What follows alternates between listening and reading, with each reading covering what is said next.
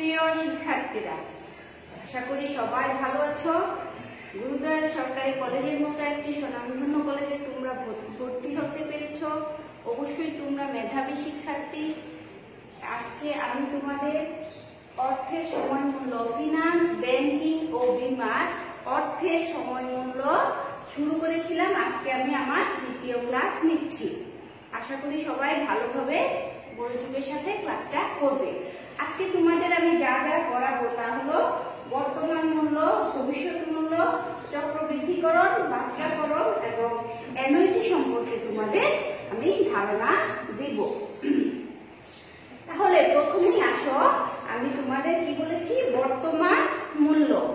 ভবিষ্যতে প্রাপ্ত বর্তমান মূল্য কি? ভবিষ্যতে প্রাপ্ত নির্দিষ্ট পরিমাণ অর্থের আজকের মূল্য হলো বর্তমান মূল্য। তুমি যে ভবিষ্যতে টাকাটা পাবে সেটার আজকের যে মূল্য সেটা কি? বর্তমান মূল্য।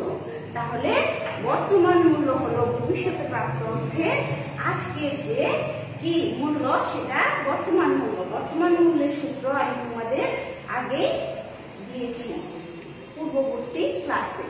এখন আসো ভবিষ্যৎ মূল্য, future value. Time value of মানিতে আমি সবসময় তোমাদের বলেছি আমরা কি করব, পিভি থেকে যাব এফভি তে, অথবা এফভি থেকে আসবো পিভি তে, তাই না? এই জন্য আমাদের বারে বারে বর্তমান মূল্য আর ভবিষ্যৎ মূল্য দুইটা জিনিস, বর্তমান থেকে ভবিষ্যতে যাবো অথবা ভবিষ্যৎ থেকে বর্তমান নির্ণয় করবো, এই দুইটা জিনিস এই জন্য আমাদের বারে বারে জানতে হচ্ছে। এখন আসো ভবিষ্যৎ মূল্য কি, তাই না?